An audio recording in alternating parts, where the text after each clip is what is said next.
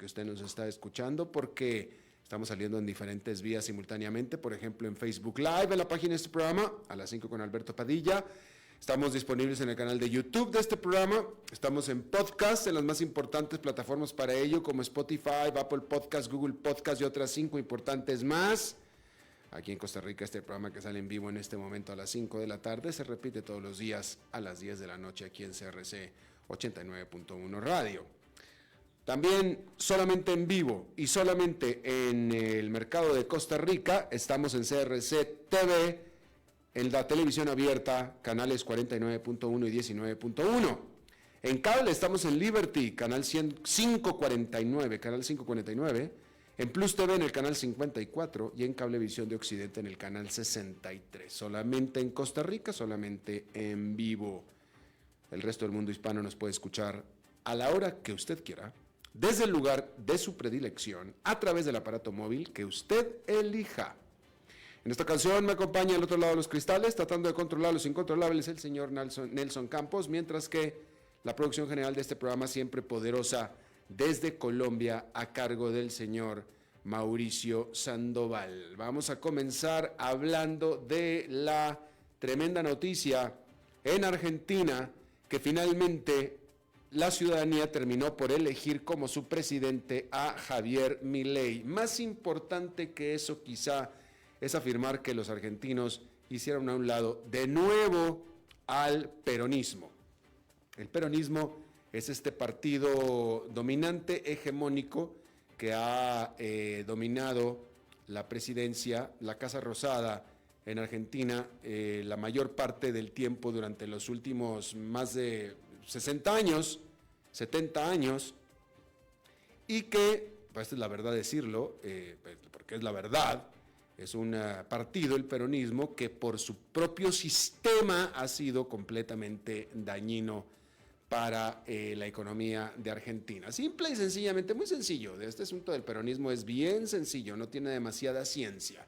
Simplemente ellos son de la creencia del gasto social, la creencia del asistencialismo, la creencia del gasto social, sin importar absolutamente nada más. Y cuando me refiero a que sin importar absolutamente nada más, es que no importa de dónde viene el dinero y normalmente no viene de ningún lado, que ese es el problema, ¿sí? Porque, a ver, dar dinero es muy fácil. Dar dinero, dar ayuda a los pobres, dar dinero a los pobres, dar dinero a los viejitos, dar dinero a los desempleados, encargarnos que los empleados públicos tengan muy buenos salarios, subsidiar las tarifas de los servicios, la electricidad, el agua, todo eso es muy bonito, todo eso es muy lindo y ciertamente muy popular, definitivamente muy populista, claro. Eso es lindísimo. La pregunta es, ¿de dónde carajos vamos a sacar la plata para pagar eso? La plata tiene que salir de algún lado. Y cuando ese algún lado es deuda, entonces tenemos un gran problema. Y ese es el problema del peronismo en Argentina. Ese es el gran problema.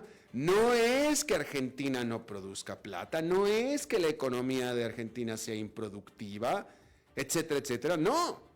Es que los gobiernos, es decir, el peronismo, gasta mucho, pero mucho más de lo que puede ingresar. Desde cualquier concepto. Tal vez con una reforma fiscal se arregle todo este asunto. Tal vez, no sé, pero el punto es que no la hacen.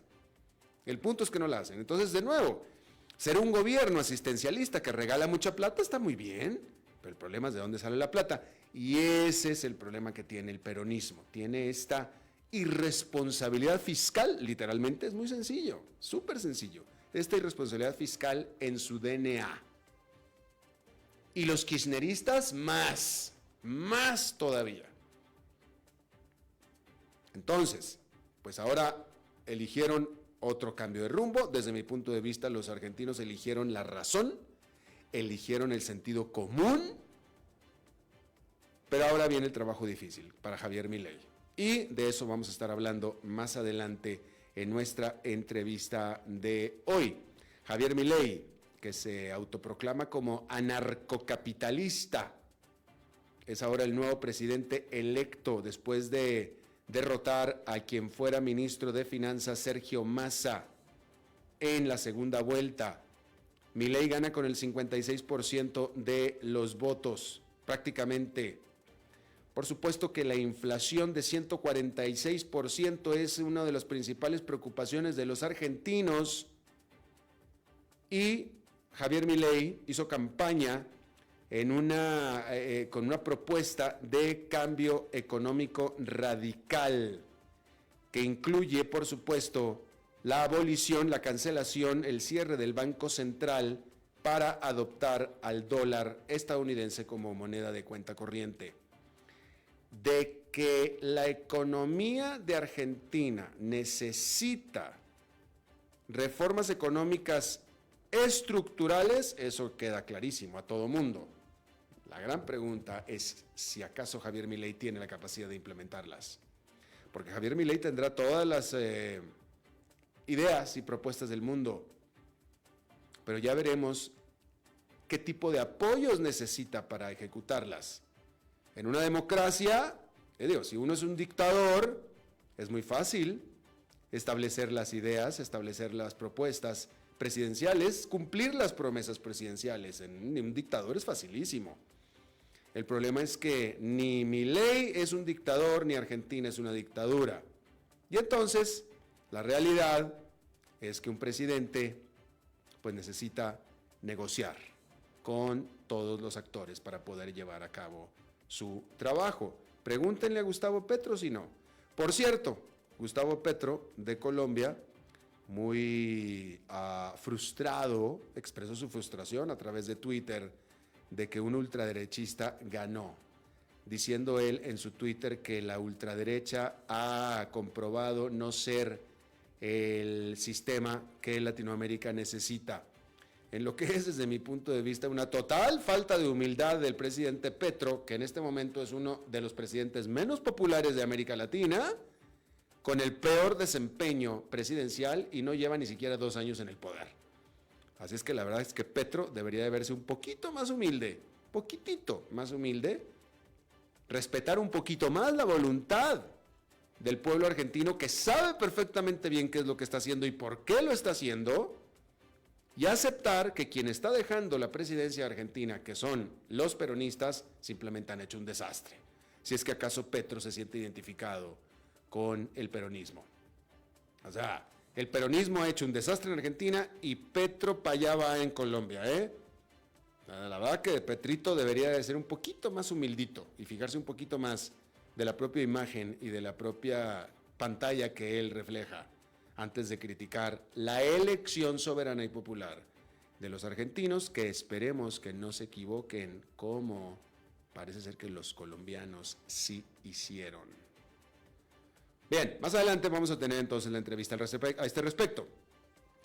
Bueno, hablando de otro culebrón, aquí se lo dijimos el viernes, se lo alcanzamos a mencionar aquí en el programa, este culebrón que se hizo del viernes a hoy lunes con la salida del fundador y presidente de OpenAI. Ha pasado absolutamente de todo en estos 2 días, en esta historia en el que la mesa del consejo despidió al fundador de esta empresa, OpenAI. Este lunes, el último desarrollo es que prácticamente la totalidad de los empleados de esta empresa, OpenAI, firmaron una carta abierta exigiendo a la mesa del consejo que renuncie, que se vayan, después de haber despedido ellos al jefe de la compañía y jefe de todos estos empleados, Sam Altman, en esta decisión sorpresiva del viernes. Los organizadores de esta carta dicen que casi 700 de los 770 empleados están dispuestos a no solamente renunciar a OpenAI, sino a irse a trabajar con el nuevo equipo que Altman está juntando para irse a trabajar a nadie menos que a Microsoft, siendo Microsoft el principal inversionista de OpenAI.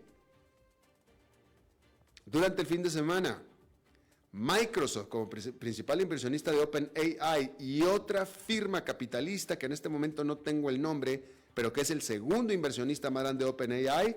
Ambos, los dos más importantes inversionistas en OpenAI, se rebelaron en contra de la decisión sorpresiva de la mesa del consejo de haber corrido a Sam Altman sin preguntarle absolutamente a nadie. A nadie.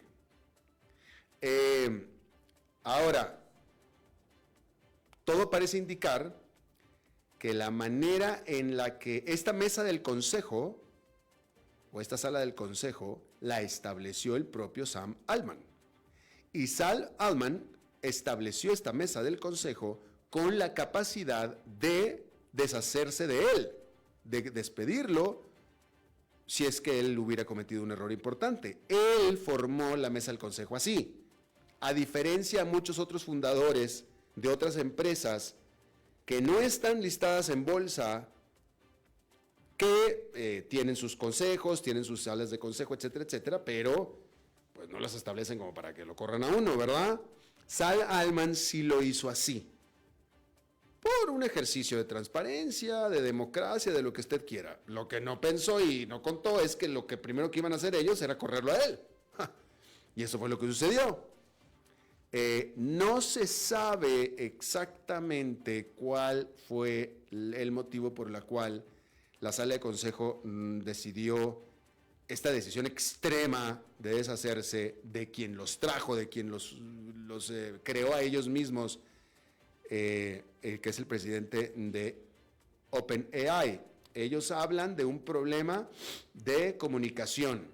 Aparentemente hubo una divergencia entre la visión que Altman tenía respecto de la comercialización del ChatGPT con respecto a la visión que tenía en la mesa del consejo. Parece un asunto demasiado subjetivo, pareciera a la vista, así viendo desde afuera, ¿no?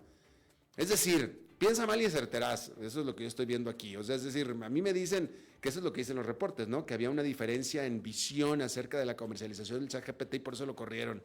Ay, ¿por eso? O sea, nada más por eso, parece ser como que demasiado poca razón, ¿no? Uno que piensa mal, uno dice, no, a mí no me vengan con eso, ahí tiene que haber otra, ahí tiene que haber un chisme mucho más jugoso que nada más ese. Pero parece que eso es lo que se trata, pareciera.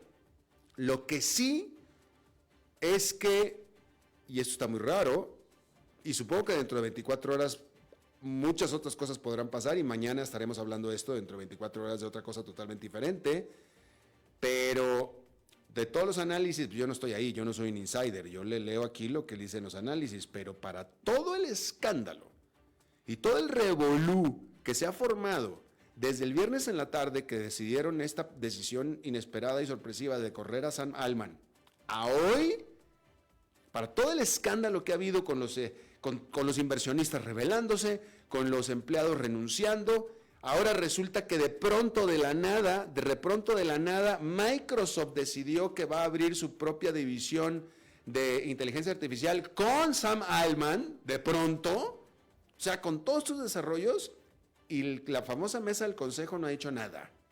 No ha dicho nada.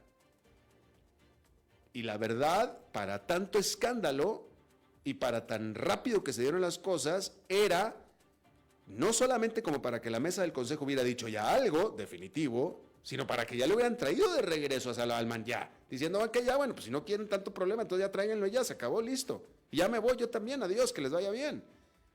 Y eso no ha sucedido, y eso me parece totalmente súper extraño. De tal manera, o sea, aquí está pasando algo que no nos están diciendo, discúlpeme. Aquí está pasando algo que no nos están diciendo, porque qué casualidad que Microsoft estuviera tan listo como para decir, primero, todo esto entre sábado y domingo, primero exigimos que regrese Sam Altman a la cabeza de OpenAI, primero. Y después decir, no, ¿sabes qué? No, mejor vamos a abrir una propia división, competencia de OpenAI, y nos traemos a Sam Altman y otros más que habían corrido también de OpenAI. Todo eso en 2 días. Y la mesa del consejo no ha dicho nada. Me parece, aquí hay algo, aquí algo está pasando extraño, no me atrevo a decir qué es, pero algo está pasando que no sabemos. Y yo creo que de aquí al martes en la noche se va a saber más detalles, definitivamente. Pero bueno, ahí lo tiene usted. Hay que decir que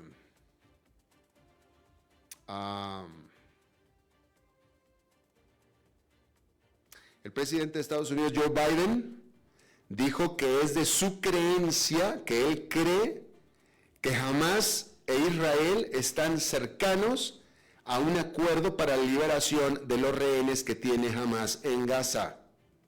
Bajo este acuerdo, Hamás devolvería a algunos de los rehenes que mantiene secuestrados en Gaza a cambio de que Israel haga una pausa temporal en su ofensiva sobre Gaza. Eso es lo que dijo el presidente Joe Biden. Más temprano, en este mismo día, el Ministerio de Salud, controlado por Hamás, ahí en Gaza, dijo que 12 personas habían sido muertas por tanques israelíes que están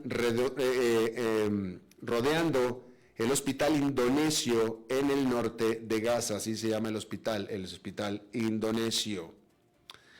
Por cierto, hablando de Joe Biden, resulta que este lunes el presidente de Estados Unidos cumplió 81 años de edad. Y sospechosamente, conspicuamente, se habló muy poquito al respecto. No hubo celebración pública, no hubo pastel de cumpleaños público en la Casa Blanca. De hecho, el año pasado también, justamente el día anterior del cumpleaños número 80 del presidente de Estados Unidos, se celebró en la Casa Blanca la boda de la nieta del presidente Joe Biden. ¿Sí? Y eso fue cuando se convirtió en un octogenario. Y de tal manera que la atención para nada fue, cuando menos saliendo de la Casa Blanca, para nada fue el cumpleaños 80 del presidente de Estados Unidos, pero sí la boda de la nieta. En ese entonces, la propia CNN, la cadena, el medio de comunicación, siempre muy inclinado hacia los demócratas, hacia Joe Biden, dijo que la coincidencia de fechas entre la boda y el cumpleaños del presidente no es ninguna coincidencia. Sin embargo, aunque no se hable nada del cumpleaños del presidente Joe Biden, y aunque la Casa Blanca no quiera decir ni mencionar absolutamente nada de la edad del presidente, la realidad es que todo el mundo sabe que el presidente de Estados Unidos tiene más de 80 años de edad. Todo el mundo lo sabe. Y no solamente es que lo sepan porque ven el almanaque, lo ven en la tele. Pobrecito Joe Biden, se le notan que va cargando todos y completitos cada uno de los 81 años que lleva a cuestas. Y eso no hay manera en que la Casa Blanca lo pueda ocultar. Por cierto, no sé si usted es seguidor de las noticias de Estados Unidos, etcétera, pero ya desde hace tiempo, no sé si usted lo ha notado, pero esto así es, desde hace tiempo el presidente Joe Biden, cuando sube y baja del Air Force One, ya no lo hace de la puerta principal del Air Force One que toda la vida los presidentes han salido y entrado cada vez que llegan o se van, que se accesa a través de la escalera externa que la acercan y la pegan al avión y sale y entra. Desde hace ya tiempo Joe Biden entra y sale por parte de la puerta inferior que está en el primer piso, en la panza del avión. ¿Por qué? Porque es una escalera mucho más cortita, es una escalera mucho más cerca del piso. Y esa escalera sale del Air Force One hacia el piso en lugar de que vengan y la peguen. Entonces, en lugar de que el punto es que en lugar de que las cámaras estén viendo al presidente de Estados Unidos subir 4 pisos, que lo sube con mucha dificultad, por cierto, que por eso es porque ya no quieren que lo suba, y ya van 2 veces que se tropieza encima, pues ahora nada más sube 2. Y lo están haciendo como un asunto de imagen, de óptica. ¿Sí? Bien, pues ahí lo tiene usted. Entonces, de nuevo, pues a nadie se le olvida que el presidente tiene más de 80 años de edad. Hay que decir que en una encuesta reciente de votantes registrados en 6 estados decisorios de los Estados Unidos, estos estados decisorios son los famosos swing states, que son estados que, dependiendo de la época, dependiendo del año, dependiendo de la ocasión, pueden votar republicano, pueden votar demócrata, nadie sabe. A diferencia de los estados que ya son siempre demócratas o siempre republicanos. California siempre será demócrata, Texas siempre será republicano. Ese no es un estado swing. Hay otros estados que sí son swing, y esos son los que hacen que se gane o pierda la presidencia. ¿Sí? Bueno, entonces, en una encuesta reciente a votantes registrados en 6 de estos estados, hay que decir que las cifras de respuestas alrededor de la capacidad del presidente fueron entre las más notables, porque 71% de los que respondieron piensan que Joe Biden está demasiado viejo para el trabajo. 71%. Y a ese respecto no hay mucho que Joe Biden pueda hacer. Digo, porque eso no lo puede cambiar. No hay nada que pueda hacer. ¿Qué va a hacer? ¿Cumplir en lugar de 81, 61? No lo puede hacer. Entonces no hay nada que pueda hacer ahí. Sin embargo, no es lo peor, No es lo peor. Porque entre los votantes no blancos,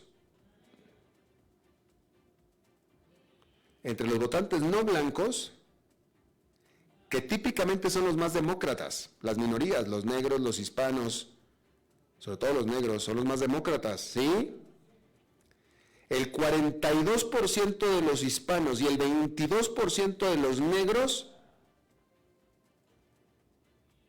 aseguran que van a votar por Donald Trump.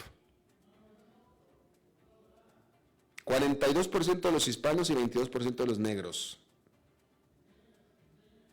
Así es que, y Donald Trump es solamente 3 años más joven que Joe Biden, Solamente 3 años más joven. Donald Trump tampoco es ningún chiquito. Lo que pasa que Donald Trump tiene la gran fortuna característica de ser muchísimo más vital y energético que Joe Biden, teniendo prácticamente la misma edad. Joe Biden se le nota mucho los 81 años, Donald Trump no. Y eso que Donald Trump está más gordo, Y casi le puedo asegurar que de salud debe tener mejor salud Joe Biden que Donald Trump. Donald Trump se nota que está gordo, se nota que está gordo, pero se nota que debe de tener algún problema de salud por lo gordo precisamente. Joe Biden no, Joe Biden está super fit. Pero la manera en la que camina, la manera en la que habla. Ahora, siendo buen presidente, la gestión de Joe Biden, discúlpeme, pero como presidente Joe Biden es buen presidente. La verdad es que es buen presidente, no ha hecho un mal trabajo, para nada. La economía va muy bien, la inflación va bajando, no es su culpa, no es responsabilidad de él, pero la inflación va bajando. La economía va bien, la economía sigue con pleno empleo. Todo parece indicar que va a poder llegar a la inflación al 2% sin una recesión económica muy leve. Y reitero, la economía va con pleno empleo. La respuesta que ha tenido con Ucrania y Rusia y con lo de Hamas e Israel no ha sido mala. Con China no ha sido mala tampoco. Se acaba de juntar con el presidente de China, Xi Jinping. O sea, realmente no es mal presidente Joe Biden. A mí en lo personal me parece un poco injusto que lo critiquen por viejito. Me parece una injusticia simplemente por todos los viejitos. O sea, pues, ¿qué tiene de malo tener 81 años de edad? Pues bueno, sí los tiene, ¿y? O sea, no, el tener 81 años de edad, caminar lento y hablar lento también, no le impide hacer bien su trabajo, no se lo ha impedido hasta ahora. Y entonces, pues es medio injusto que lo castiguen por eso. En cambio, el otro, que está todo fortachón y con mucha energía, en fin, al otro lo prefieren más, nada más por eso, por la energía y todo eso. A mí me parece medio injusto, pero el punto es que así es. El punto es que así es. Y el gran problema que tiene Joe Biden es de imagen de edad. Tremendo problema. Por cierto, hablando de la Casa Blanca, en el fin de semana falleció la que fuera la primera dama de Estados Unidos, Rosalynn Carter, esposa del presidente Jimmy Carter, que fue presidente en la última mitad de los años 70 en Estados Unidos. Solamente fue un solo periodo presidente, 4 años nada más. Fue antecedido por Gerald Ford y precedido por Ronald Reagan, sucedido por Ronald Reagan. Y el presidente Jimmy Carter tiene 99 años de edad y el fin de semana falleció su esposa, que tenía 96. Y bueno, pues ahí está, en su casa del pequeñísimo poblado del sur del estado de Georgia, Plains, Georgia. Vamos a hacer una pausa y regresamos con esta entrevista de hoy.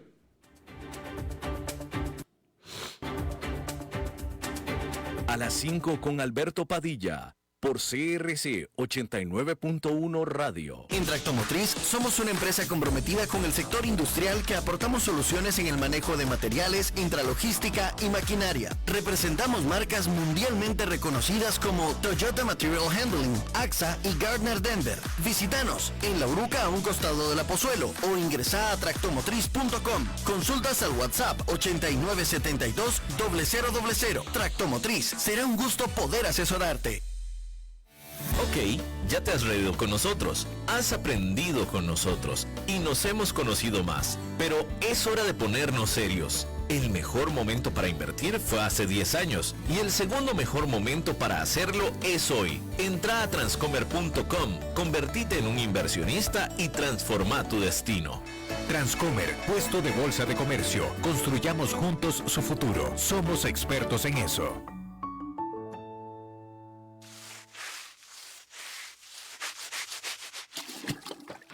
¿Están cansados de limpiar tanto el piso de su casa? No sufran más. Cambien esa cerámica con porcelanatos pulidos antibacteriales y súper fáciles de limpiar. En Porcerámica, número 1 en porcelanatos.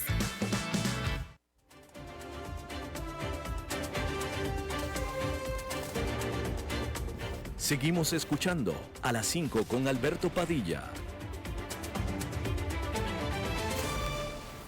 Muchísimas gracias por continuar con nosotros. Vamos a hablar del tema de la elección de los argentinos por el presidente ahora electo, Javier Milei. Y le agradezco muchísimo a mi buen amigo Fernando Lozada. Él actualmente es director gerente y jefe de análisis para mercados emergentes en Oppenheimer & Company de Nueva York. Doctor en economía. Argentino él, hasta recientemente estaba viajando en Argentina. Creo que estás de vuelta en Nueva York. Mi querido Fernando, ¿cómo estás? Alberto, qué placer estar de nuevo en tu programa. Sí, estuve en Buenos Aires hace unos pocos días, ahora ya estoy de vuelta en New York. Déjame empezar con una disculpa, Alberto. Recién regreso del dentista, me tuvieron que hacer un tratamiento de conducta, así que todavía estoy bajo efectos de anestesia. Todavía tengo la boca medio adormecida. No te sorprendas si salgo aún más tonto que lo normal, espero que no. Si dices alguna pavada, ya sabemos que fue porque tienes dormida la lengua. Exacto, si digo alguna tontera, es culpa del dentista. Exactamente. Pero por supuesto quería estar en tu programa como lo había prometido. Gracias, Fernando, te lo agradezco mucho. Bueno, ¿por qué no nos das tus primeras impresiones del triunfo de Javier Milei y la salida, por estos 4 años al menos, del peronismo en Argentina? Bueno, creo, Alberto, que hay algunas claves de lo que ocurrió ayer, tanto del lado político como del lado económico. En cuanto a la política, al elemento político de lo ocurrido ayer. Lo primero que hay que tener en cuenta es que Milei es un fenómeno nuevo en Argentina. Sí. Hasta hace 2 años, Milei era una figura televisiva. No tenía partido, no era, y yo creo que todavía no es un político profesional. Hoy es presidente con un partido nuevito, no tiene ningún gobernador provincial, solamente tiene 3 intendentes de ciudades chiquititas. Entonces uno se pregunta, ¿por qué ganó? Bueno, ganó porque la gente se cansó de la política tradicional, de que los políticos profesionales no le dieran soluciones, y además porque Milei fue el más astuto, el más hábil en canalizar esta frustración de muchos argentinos, sobre todo de los jóvenes. Milei arrasó en cuanto a votantes jóvenes de menos de 30 años. Ahora bien, la victoria de Milei en la segunda ronda fue por más de lo esperado. 12 puntos de ventaja sobre el peronismo es mucho. Ganar en 21 de 24 provincias es mucho. Quedó a un pelito de ganar en la provincia de Buenos Aires, que es un bastión peronista. Apenas perdió ahí por menos de un punto. Así que el capital político inicial de Milei, que mucha gente pensaba que iba a ser insignificante, yo creo que no va a ser tan insignificante. Sí es cierto que va a estar forzado a negociar con otros partidos, porque no va a tener una representación mayoritaria en el Congreso. El partido de Milei va a tener 38 diputados y 8 senadores. Y como para que tengas una comparación, el peronismo va a tener 108 diputados y 32 senadores. Y Juntos por el Cambio, que es la coalición, digamos, de centro-derecha, va a tener 94 y 21. A Milei no le alcanza, no solamente no le alcanza sus propios legisladores, no le alcanza para lograr mayoría, ni siquiera si todos los de Juntos por el Cambio lo apoyan. Es decir, que va a tener que negociar todo. El tono de Milei durante la campaña fue muy beligerante, pero yo creo que ahora vamos a ver a un nuevo Milei mucho más presidencial, mucho más moderado. No sé si es importante la respuesta a esta pregunta. A mí me da un poquito de curiosidad cuál es la respuesta política o la interpretación política de que en la primera vuelta ganó el peronismo, ganó Massa, y solamente ganó Milei hasta la segunda. Mira, yo creo que eso se debe en buena medida a que Milei no tiene aparato político propio. Y en la primera ronda el peronismo movilizó lo más que pudo su aparato político descomunal, muy importante, muy grande, comparado a, digamos, lo que es Morena en México o lo que usualmente era el PRI en el pasado. Y gracias a eso pudo sobreponerse a lo que eran resultados económicos desastrosos. No le alcanzó para llegar a más de la mitad, que era lo que se necesitaba en la segunda ronda. Porque para llegar a más de la mitad de los votos realmente no necesitas un aparato político, necesitas un misil extraterrestre. Y eso nadie lo tenía. Ahora, como te decía, Milei no tiene aparato político y para gobernar va a tener que pedirle prestado el aparato político al expresidente Macri. Milei va a tener que gobernar con el apoyo del partido de Macri, que se llama PRO. Así que la influencia de Macri en el gobierno de Milei yo creo que va a ser importante. Seguramente algunos de los ministros de Milei van a venir del PRO. Recuerda que el PRO es una parte de la coalición Juntos por el Cambio. Es posiblemente el partido más conservador de la coalición. En algunos medios de la Argentina ya se habla del gobierno de, entre comillas, Macri-Ley, en lugar de Milei. Yo no creo que sea para tanto, pero sí es cierto que la figura de Macri va a ser importante en los próximos meses y en los próximos años. No me sorprendería tampoco que Milei se asocie con algunos peronistas moderados. Por ejemplo, hoy anunció que Florencio Randazzo, que es un ex ministro del Interior del peronismo, va a formar parte de su gobierno. Así que esta es, digo, el contexto político de lo que ocurrió ayer.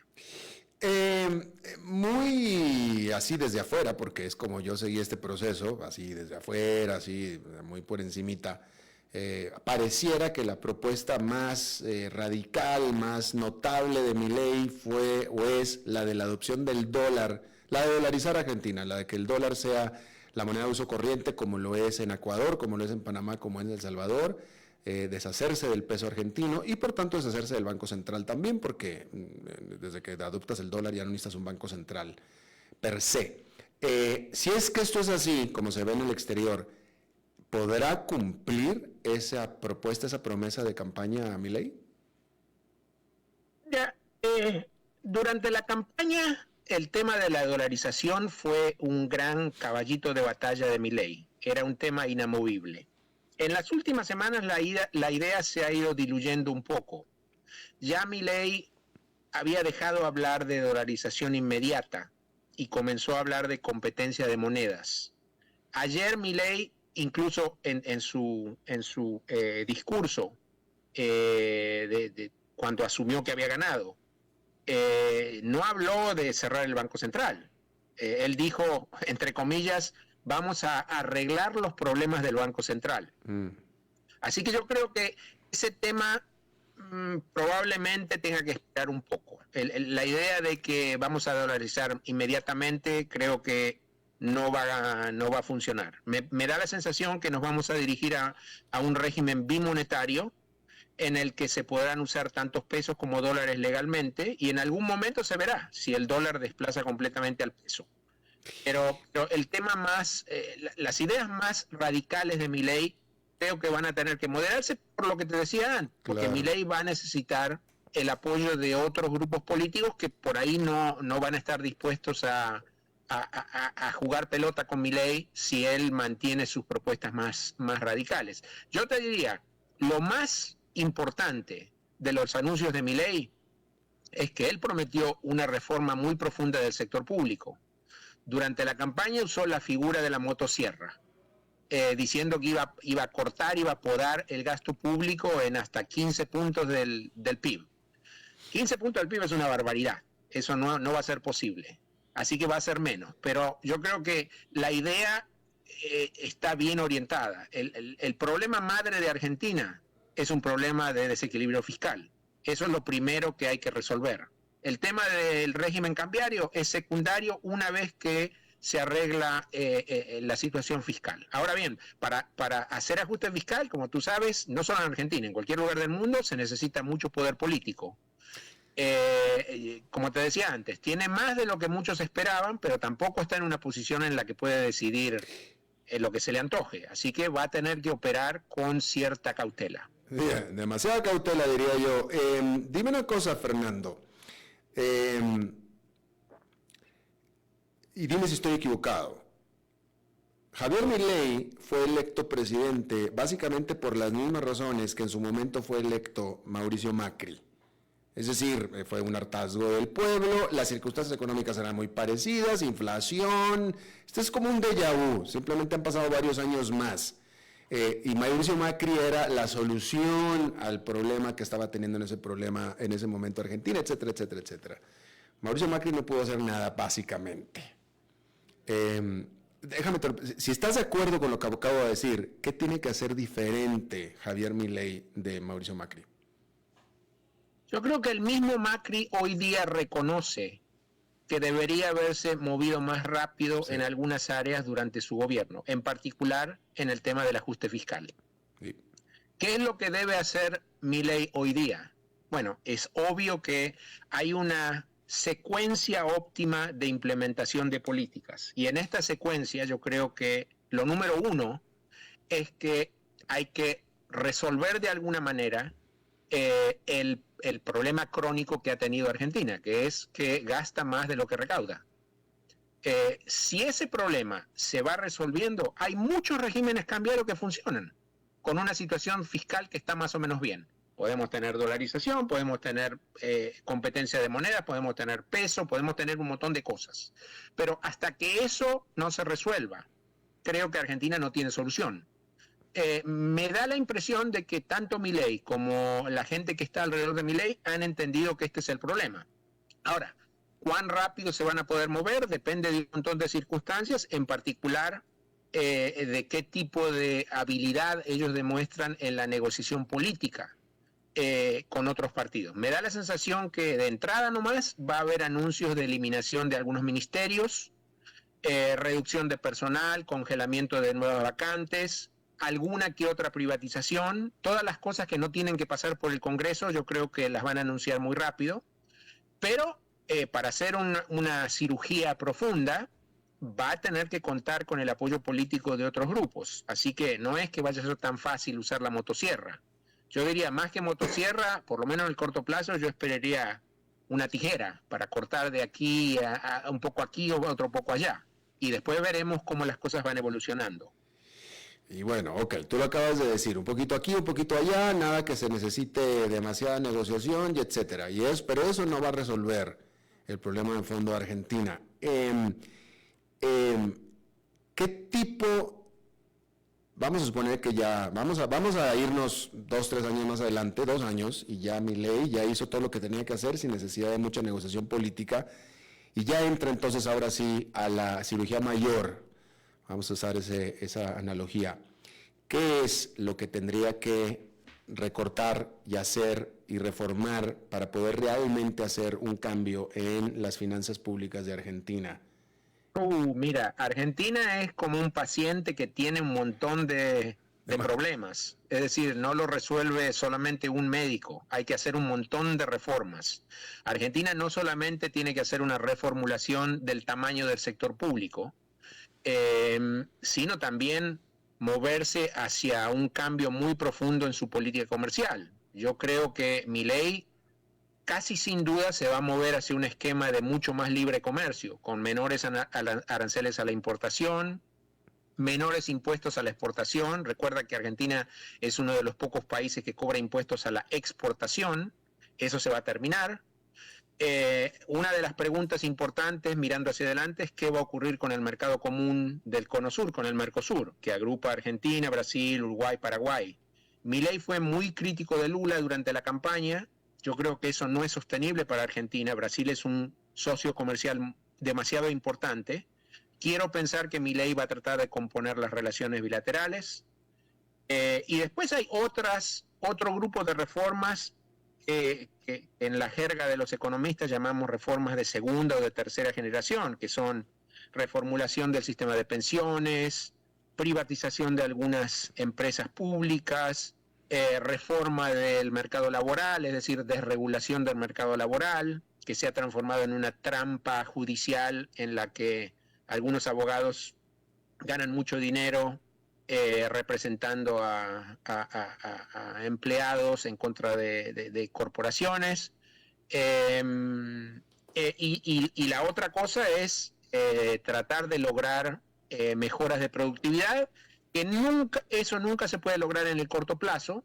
Esas son políticas que uno implementa hoy y los frutos recién se ven después de muchos años, y están siempre centradas en la mejora del sistema educativo. Creo que Milei esto lo tiene claro. Ya ha anunciado que va a tener una ministra de Capital Humano. Es una científica argentina bien conocida, y creo que el énfasis ahí va a estar en la modernización y la mejora del sistema educativo. Argentina históricamente tuvo un sistema de educación pública muy bueno, sí, probablemente el mejor que había en América Latina, pero se ha ido deteriorando a través de los años, y eso hay que mejorarlo. Fernando, comparan mucho, hablan primero de Javier Milei como de ultraderecha y lo comparan por tanto mucho con Bolsonaro y con Donald Trump. A mí no me queda claro que sea de ultraderecha y definitivamente no me parece que haya muchas similitudes entre Bolsonaro y Milei y Trump y Milei. ¿Tú qué opinas? Yo estoy de acuerdo con tu visión. Creo que Javier Milei no es Bolsonaro y no es Trump. Algunas de los miembros del grupo de Milei yo creo que están mucho más a la derecha de Milei. Pero no estoy convencido de que súbitamente la ultraderecha haya llegado al poder en Argentina. Y es más, es cierto que cuando uno compara lo que va a ser el grupo gobernante de Milei con lo que era el kirchnerismo, van a estar a la derecha del kirchnerismo. Pero de ninguna manera esto significa que estemos hablando de gente ultraconservadora que vaya a eliminar todas políticas de protección social ni nada por el estilo. Es más, Milei ha sido muy cuidadoso en repetir que todo lo que se llaman los planes sociales en Argentina, en el corto plazo eso no se puede tocar. Es decir, que el sistema de protección social, bueno, es obvio que eso no se puede tocar. Argentina hoy día es un país que tiene 40% de pobreza. Si eliminas los planes sociales, tienes a la gente en la calle haciendo desastres inmediatamente. Así que no hay margen como para que eso se haga. Así que la respuesta corta a tu pregunta es, sí, creo que por una cuestión casi de marketing político, Milei estuvo forzado a aparecer durante la campaña como el más extremo, pero simplemente para diferenciarse mucho de las políticas erróneas del kirchnerismo. Claro, bueno, ahí está, yo estoy de acuerdo totalmente con eso también, y a mí me parecía raro y me parecía injusto y como que no tenía lugar a que lo compararan con Trump y con Bolsonaro. ¿Cuál va a ser el destino de Cristina? Bueno, yo creo que aquí hubo grandes ganadores y grandes perdedores en esta elección. Los ganadores son, bueno, obviamente Milei y su grupo. Macri es otro ganador importante, y ha habido grandes perdedores, en particular el kirchnerismo y Cristina. Ahora, no hay que olvidarse que Cristina es una persona, yo escuchaba antes de esta charla que hablabas de Trump y de Biden. Bueno, Cristina también es una persona mayor. No es que tenga muchas más chances de volver al poder. Sí va a seguir siendo una figura política representativa en Argentina, pero yo creo que como factor de poder va a ser mucho menos importante que lo que fue en el pasado. Interesante. Hablando de Macri, me sorprende un poquito el poder que agarró, porque Macri durante el peronismo, después de que salió del poder, se habían encargado de prácticamente pulverizarlo, destrozarlo en imagen, ¿no? Perdón, no escuché bien. ¿Destrozar la imagen de quién? De Macri. Sí, bueno, pero yo creo que Macri fue muy hábil en tomar distancia del día a día de la política argentina durante lo más caliente de la campaña. Él se posicionó como una suerte de referente de centro derecha que estaba dispuesto a ayudar a quien tuviera que ayudar. Yo creo que el rol de Macri ahora va a cambiar, porque después del triunfo de Milei, Macri va a tener, si bien no un rol ejecutivo, un rol de conciliere, por llamarlo de alguna manera, un poco más directo que el que tuvo antes. No te olvides también que Macri se está candidateando de nuevo a la presidencia, en realidad a la vicepresidencia de Boca Juniors. Macri es un fanático futbolero, hincha de Boca. Es el dueño, ¿no?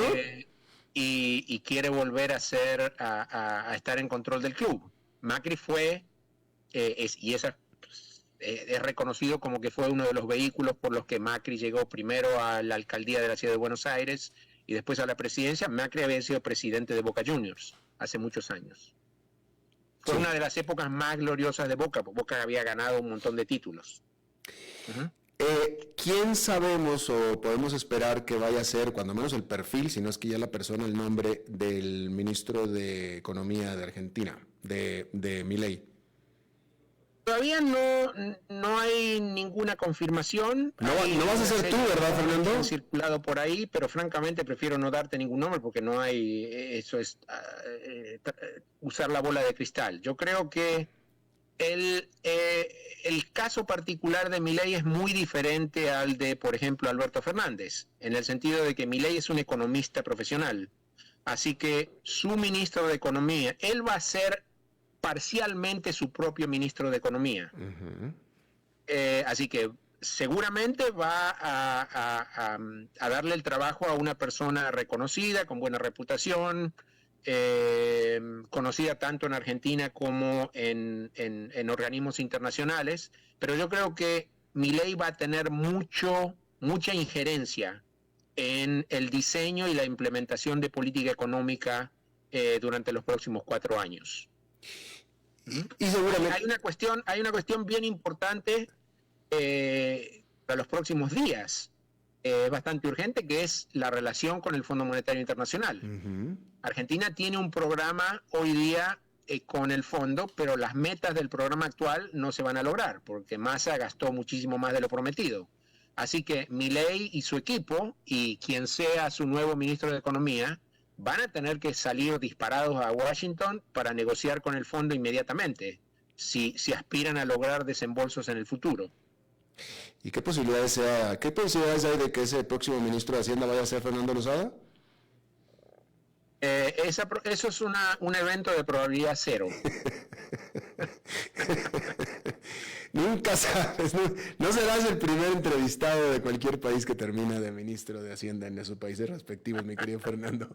Siempre sucede. Oye, bueno, pero de cualquier manera, al margen de, como tú decías, va a ser un buen ministro, etcétera, alguien con buen perfil, pero Milei, como economista, pregunta, es respetado, ¿no? Es respetado. Correctamente. Y es la primera, el otro día leía que es la primera vez en, creo, un siglo en el que un presidente argentino es un economista profesional, porque siempre son abogados. Ya. Así que eso representa un cambio bien importante. Ya. Ahora, no te olvides que más allá de las características de Milei, un presidente es lo que representa más las circunstancias. Sí, claro. Y Milei va a hacerse cargo de la presidencia de Argentina en un momento bien complicado, bien desafiante del país. Y estos desafíos tienen múltiples aristas. Además del tema del fondo, tienes el tema de China, por ejemplo. La relación de Argentina con China, bajo Milei, yo creo que podría ser muy compleja. Milei fue muy crítico del acercamiento del kirchnerismo a China. Pero hoy día Argentina tiene vínculos financieros y comerciales con China que son muy importantes, los más importantes de toda su historia. Eso no se puede cortar de un día para el otro. Algo similar ha ocurrido con el caso de Brasil, como te comentaba antes. Argentina no se puede separar de Brasil de la noche a la mañana. Es decir, todas estas cosas se van a tener que ir decantando y negociando en forma gradual y cuidadosa durante las próximas semanas y los próximos meses. Claro, y muchas cosas son las que dijo y otras cosas son las que dice en este momento y ya muchas cosas las desdijo, como por ejemplo los insultos al Papa, ¿va? Ya las desdijo. Muchas cosas son las que dijo durante la campaña, ahora están cambiando. Exacto. Y hay otras cosas que van a seguir cambiando una vez que él se haga cargo de la presidencia. Había un legislador famoso en Argentina llamado Raúl Baglini, y en Argentina se conoce al teorema de Baglini como algo que este señor decía, que hay una relación inversamente proporcional a las locuras que alguien dice y la distancia a la que está del poder.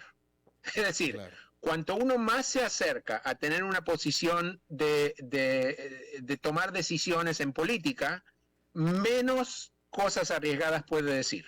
Y ya lo estamos viendo con el mismo Milei. Claro. Este proceso de moderación yo creo que ya ha comenzado. Claro.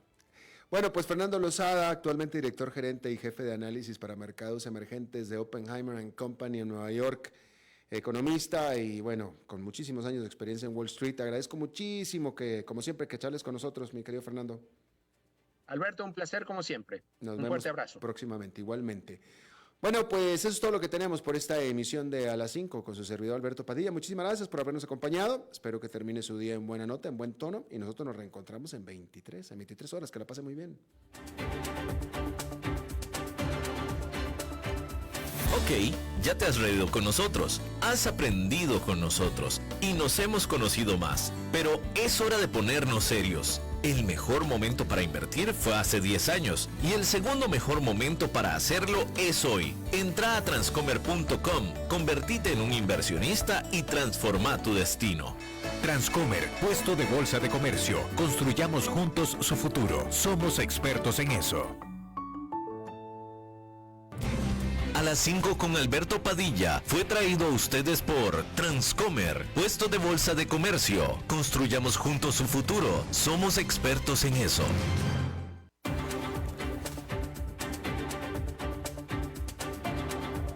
Concluye A las 5 con Alberto Padilla.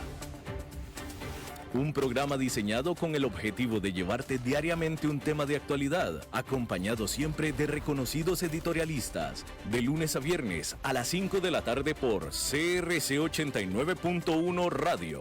A las 5 con Alberto Padilla.